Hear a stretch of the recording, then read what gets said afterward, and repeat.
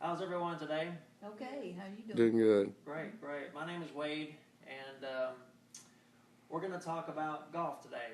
How many of y'all have ever been playing golf, ever, in a previous time? I have. Played before? Where have you played, Robert Allen? Fairfield and Mahia, Dallas, Fort Worth area, just different spots.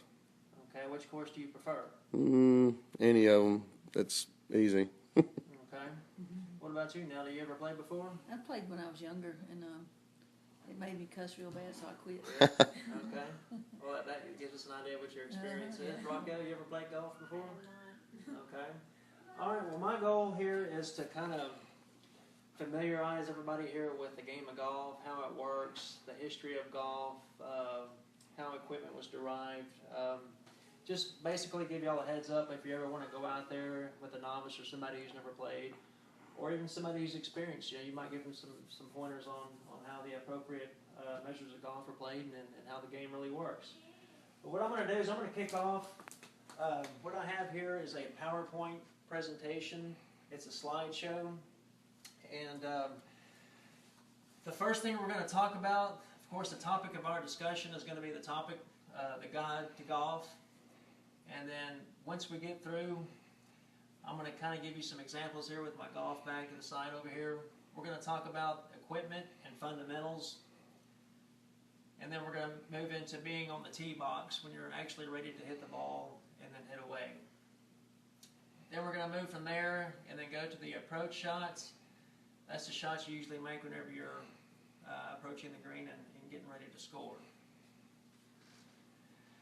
Then we're going to talk about short game. Short game is the most important part of the game, and I'll explain why in just a little bit later on here in the presentation.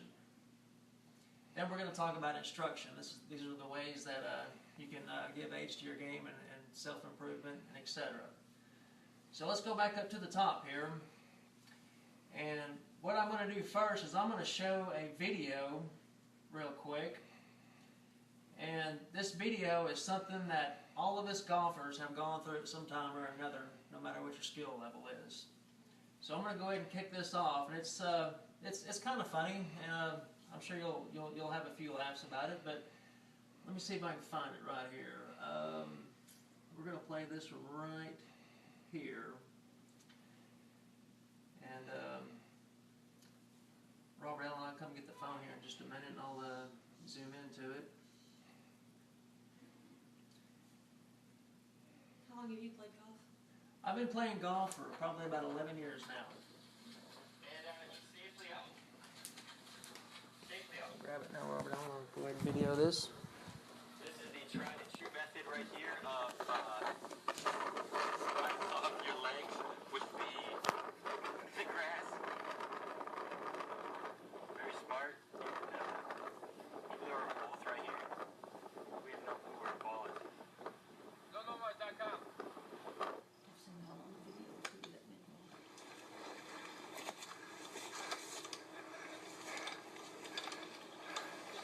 Right? Chad Nimmer to save dog balls.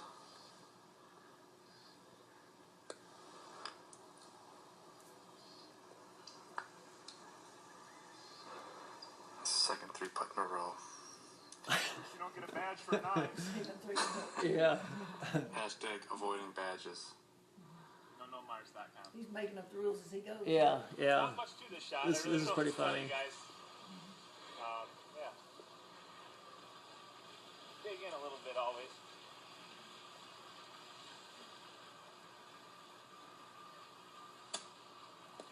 The next shot, though.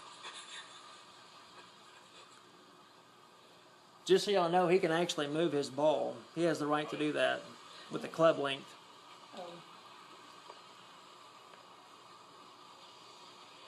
And is it like that on every course or forever?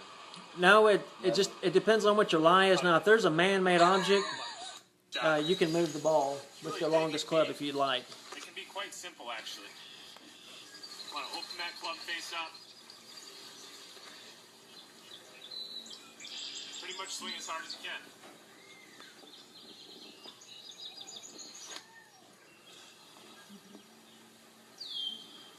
You can make far from there. How would it be to start off a major with a hole in one view camera? I would just walk out. Just walk out completely. No. What's he laughing about? Because he missed the ball. Oh, Yeah. see. I know it. I know it. Strike two. Hey, I've done it. Guys, I think I'm gonna take the title today. Golf's a lot easier looking than it is to play. Oh, it's amazing how How easy it looks. it's easier to hit a baseball coming at you when it's in movement versus a golf ball that's just sitting there. But you got a smaller target too, though.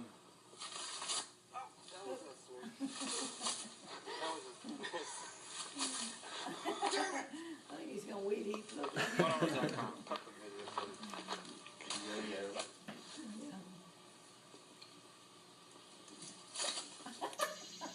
Gotta hit it into the slope. No, this is how not to do it. Yeah. But yeah, most of these shots are how not to do it.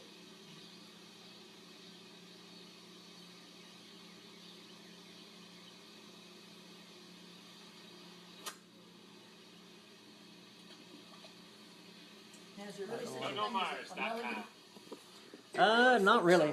But Depends on who you're playing yeah, it with. depends on who you're playing with. That's just a fabricated rule. In the middle Playing with me or Willie Williams. Yeah, exactly, exactly. You can have a mulligan these days. Bill was in the Fox River last night. And that goes without being said. Fox Willie. River last night. Hey, Willie cheated in lots of stuff. And Phil is now in the real pond. What do you have to say, Phil?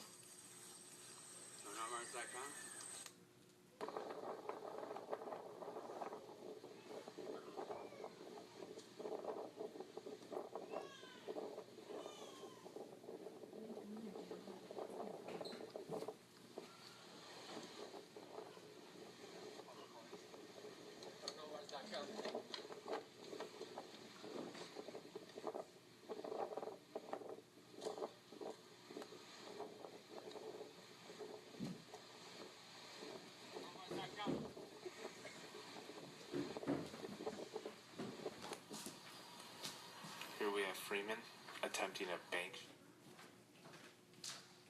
Oh no! What happened? That tree right there, Thought I lost it. through that gap onto the green. Scary thing is, he hasn't had a drink yet today, and he's trying this.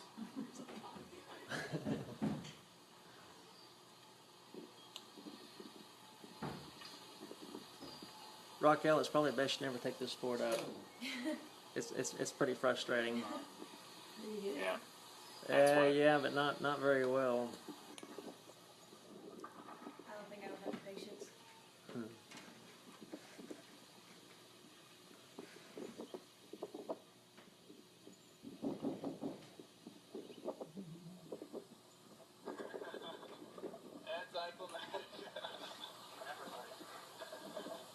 Bad read.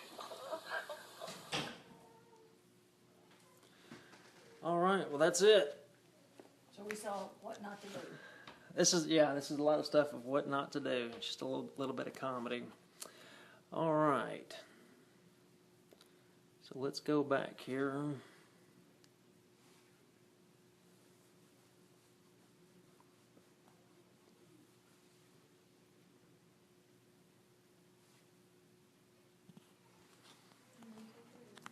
That's okay.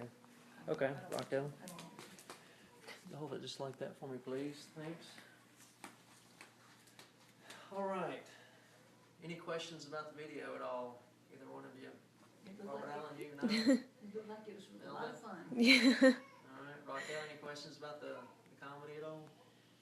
No. All right. We're going to talk about equipment and fundamentals to start the illustrated version of this presentation. Does anybody know what this is? Golf bag. Golf bag, okay. Well, I call this a headache, okay. This is what is required to play the game of golf. A lot of people carry a lot of different stuff in this bag. But some of the necessities you want to carry in a bag. Now my shoes aren't with me and I don't have them on right now, but you want to have a pair of golf cleats for good traction. If you're playing golf, if you wear flip-flops, you know, evidently you can't get very good traction like that. So usually when I'm working on putting, I'll wear my flip-flops or something like that. Robert Allen, he does too. But this right here is a brush. It's got steel on one side and just a regular brush on the other side. This is to keep your clubs clean at all times. A lot of golfers who don't worry about what kind of divot they take, they'll leave their clubs dirty. So when you're out there working on your game and you hit the ball, you can't see a ball mark on your club because it's so dirty. So a good golfer always keeps his clubs real clean. That way when you take a divot, you see how you hit the ball, because that tells you what your ball flight did and what kind of mistake you might have made while you were hitting the ball. I've never seen one of those before. I've never seen Yeah, one of those a lot of people don't know that. They Yeah. really don't. And this side, I have a Bushnell. This is a very useful tool. What I do is I shoot all the pins on all the greens for distance, or it doesn't even have to be green. I could be on a par 5, which is a very long, usually 500 plus yards. That just tells you how far it is. It tells you how far. So if I have a bunker up in the fairway somewhere off the right or the left hand side, I can shoot how far that is, and that'll tell me which club to take off the tee box. So this is very handy to have. This is good for within plus or minus 2 yards. It's pretty accurate. This right here it's very important to have. Also, when you're making your shots, you want to keep one of these picks in your bag, because whenever your ball lands on the green, it makes a ball mark. So what you do is you take this pick and you pick the green up. That way you can patch up the green and keep the green smooth for the other players that are coming in. So this is a tool. This is also useful to have. It's very ethical to do this while you're playing golf. And of course, you got to have your golf balls. There are several different golf balls on the market. These are Titleist Pro V1s, and I've also got some Pro V1Xs in here. There's a lot of different manufacturers for golf balls. For one, for example, I'll just kind of give you an idea. Titleist makes a lot of different tiers of balls, like your DT Solo, which is your lower tier golf ball. Then you go from your Solo to your Titleist Velocity, which is a little bit different outer covering. When you say tier, what is tier? Tier means a different level of how good or bad the ball is. So after Velocity, we also have the NXT Tour, which is second from the best, which is these Titleist Pro V1s and Pro V1Xs. The difference in these balls and the DT Solo, for example, is these have a softer outer shell on them, and what that does is it gives you workability around the greens and whatnot. So if you want to spin the ball out of a bunker or on a greenside shot, this allows you to work the ball a lot better. And even off the tee box, this is also the best ball in the market right here. TaylorMade makes a good ball. Callaway makes a good ball too, but this right here is your ball. And what is a water ball? That's a good question. A water ball is usually a range ball if you don't want to lose any balls. A lot of people, if you're on the tee box and you have water that's going to be in play, and you don't want to take one of these balls right here that are more expensive and better, then you might want to take you a less expensive ball that's doesn't have the durability and the workability as a Pro V1X. So that's what we call a water ball. That way you A junk ball. That way you don't lose your investment on your balls, pretty much, yeah. These are tees. There's a lot of different tees. This is your standard tee. This is 1 3/4 though. A lot of people and golfers use the brush tees, which has it's kind of like the bristles on my brush here. And it's like a tee with bristles like this, and you just brush the ball as you're teeing off. with the tee just like that. You don't have to use the tee, it's not required, but it just kind of elevates your ball so you can get a preferred ball flight, especially with your driver, because your driver is a lower degree club. This is tape. If you play a lot of golf, you're going to use tape because tape it decreases the friction that your hands create when you're using the club. Not everybody carries this stuff. And these are golf clubs right here. I usually have about 5 pair at all times because in the summertime you get really hot and sweaty, and I like to rotate my gloves that way.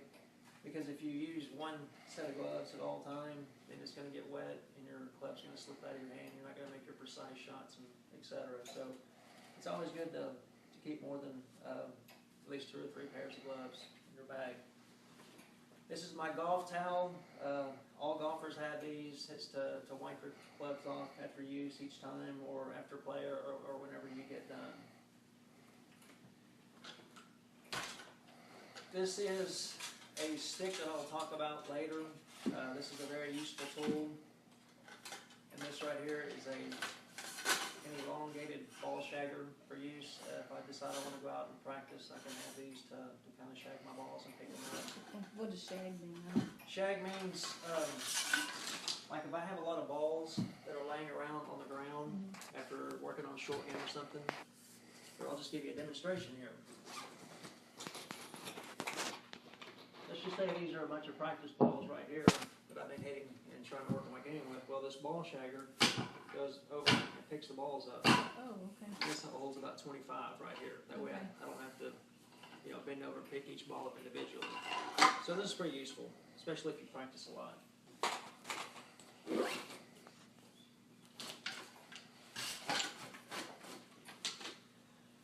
All right, so let's go back here to the slideshow.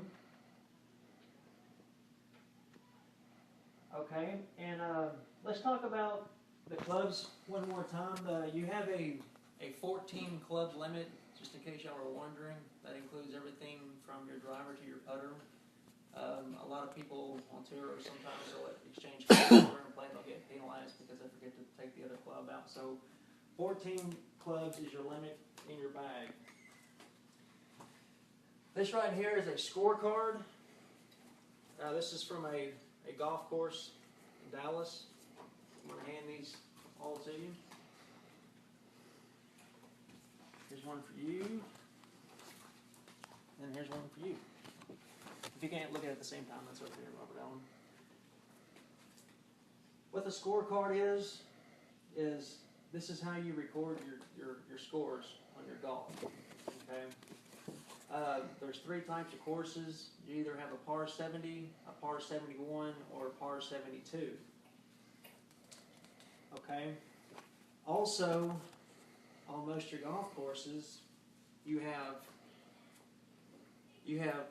2 par 3s on the front, 2 par 3s on the back, and then you got 2 par 5s on the front, and then 2 par 5s on the back.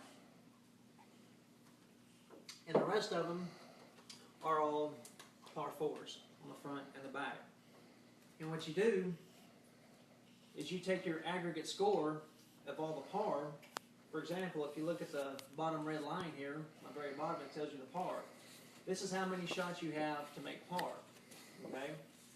You're either going to go over or you're either going to go under. It just depends on how good of a player, or if you're an amateur, you might go a little bit over. But what you do is you take the aggregate score once you're done with all that, and then you tally it all up, and that gives you your total score. So in this case, you have 35 on the front, 35 on the back, which gives you a total of 70. So this is a par 70 course. So you'll take your total score, add it up, and that'll tell you what your score is, whether you're over par or under par. Under being better, over being the other. Also, some courses provide like a booklet that you can take with you. This is a more enhanced version of the scorecard I just gave you. If you really want to know what kind of shots you need to make, this book here, for example, you'll get a picture of that, Robert Allen. that gives you an analysis of hole to hole. It's more in depth than what's on that card right there. And for example, this is a par 4 right here. It's a straight fairway. There's water to the left. It tells you from the tee box on where you need to make your approach and the distance you need to hit the ball for the next one. Okay. So that's very handy to have as well. All right, the cost to play.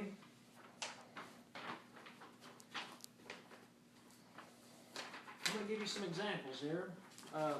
These are private clubs right here. Robert Allen,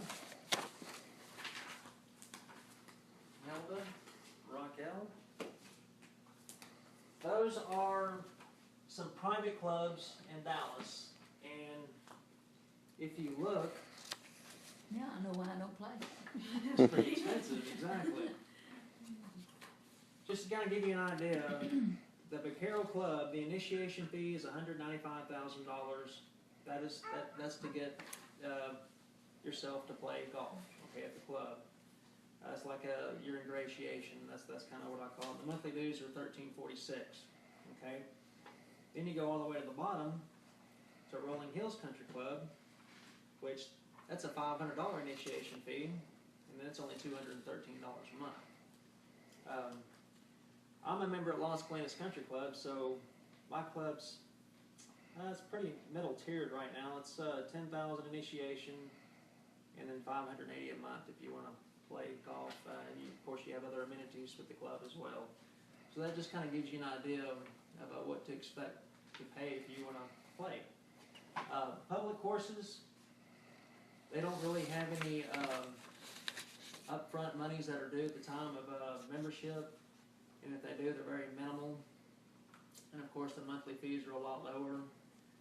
It's just that with a public course, you don't get the same upkeep as you do with a private course. And you seem to have better times with people at the private clubs as well. So that kind of gives you an idea. Any questions so far about anything that I've gone over yet? I think you've taught us quite a bit already. Okay.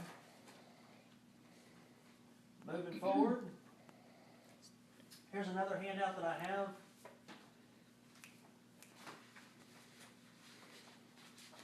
Okay. Give that to you. Give that to you. Robert, I'm going to go over this with you as I go through it. But what I want to do is just kind of give you all some high notes of some of the more prestigious golfers in time throughout the history of golf. The first page, there's 4 majors in a year, just so you know. The first one's the Masters, which we just had that. Then the next one's the U.S. Open, which that's coming up here in a couple months, or actually a month and a half. Then you got the British Open, and then you have the PGA Championship, and that's the final major of the year. You can see the past winners on as far as the history that I have on the handouts here. And I also wanted to point out some of the more prominent players of time throughout the history of golf. The first one, if you keep flipping, is Seve Ballesteros. He is now deceased. This guy is yeah, right there. Let me see if I gave you that one. Actually, I think yeah, that's the one right there. There you go. Okay.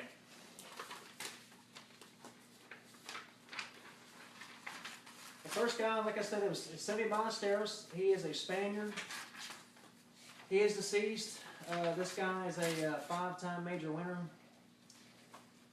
After that is a guy named Nick Faldo. He is a 6-time major winner. He hails from Northern Ireland. He is a retired golfer. He's mostly an analyst now. He does a little bit of work every now and then on the senior tour.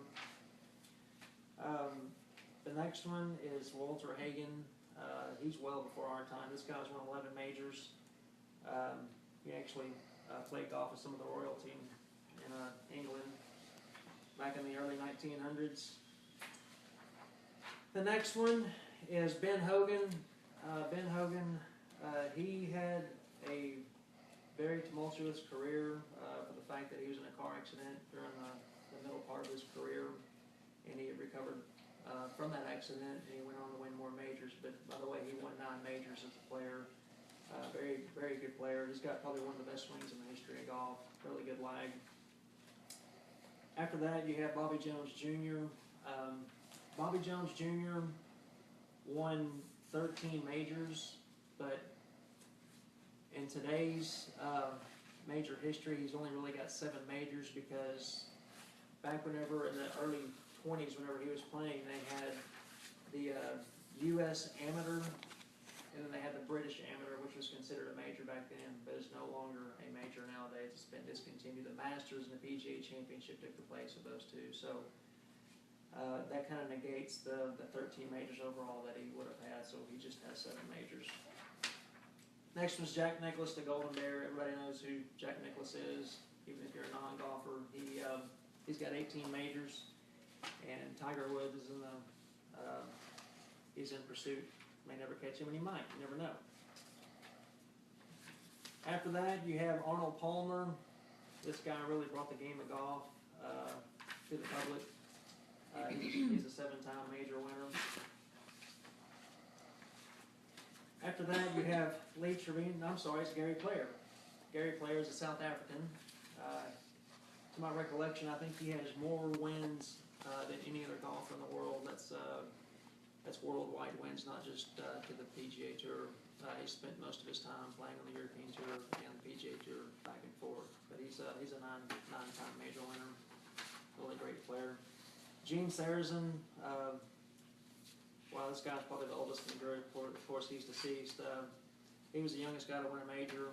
He was 20 years old whenever he won the U.S. Open and the PGA. Dang, 20? Only 20 years old. They had a guy named Jordan Spieth from Dallas who was competing in the Masters here this year. He was 20 years old. He came in second this year. And I think the last one here, I'm sorry, now we got 2 more. Lee Trevino, he is actually from Dallas.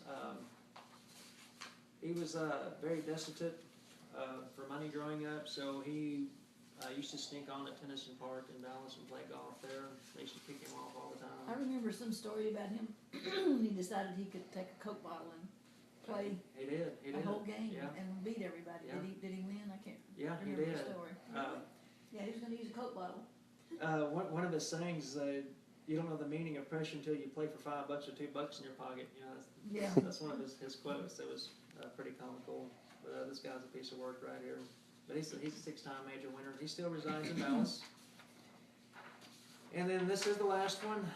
Tom Watson, he's an 8-time major winner. He still plays on the senior tour. He actually almost won the British Open, I think 4 years ago. That would have been his 6th British Open. This guy's a great player. He's a great guy for the game of golf. He's a really good ambassador. He's done everything right in the public eye as far as a golfer. He's a really stand-up person in the game of golf.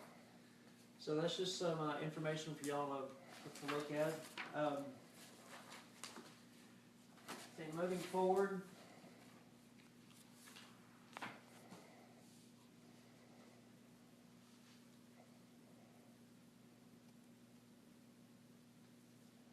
All right.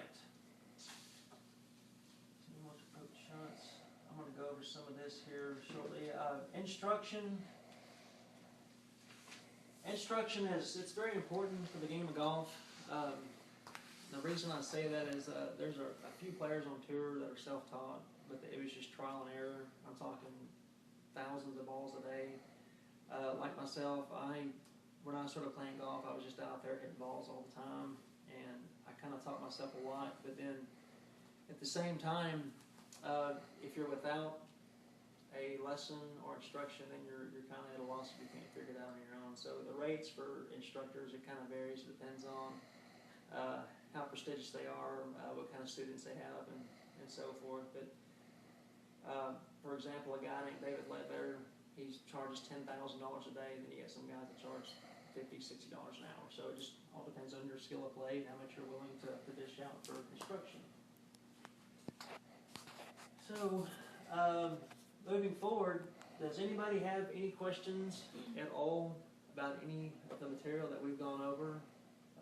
just to clarify anything that you might be unfamiliar with, anything at all. Okay. What do you think is the best brand of plugs or? Best brand, I think the best brand is Titleist. That's just my opinion. Why is it heavy duty or? Well, it's just, sturdy or- you have a different style of club. Like you got Callaway, Titleist, you got Nike, you got TaylorMade, you got Cleveland. Those are all really good brands of golf. Mizuno's another one out there. When I broke out playing golf, I broke out with Cleveland.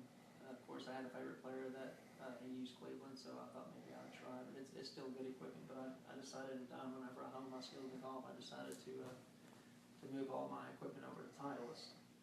It's good stuff. But you know, you just got to get out there and see what feel. It's all about feel. It's a game of feel. So it's whatever suits your game and the way you feel about it. But in closing, if y'all don't have any questions, and I appreciate your time, and thanks for listening.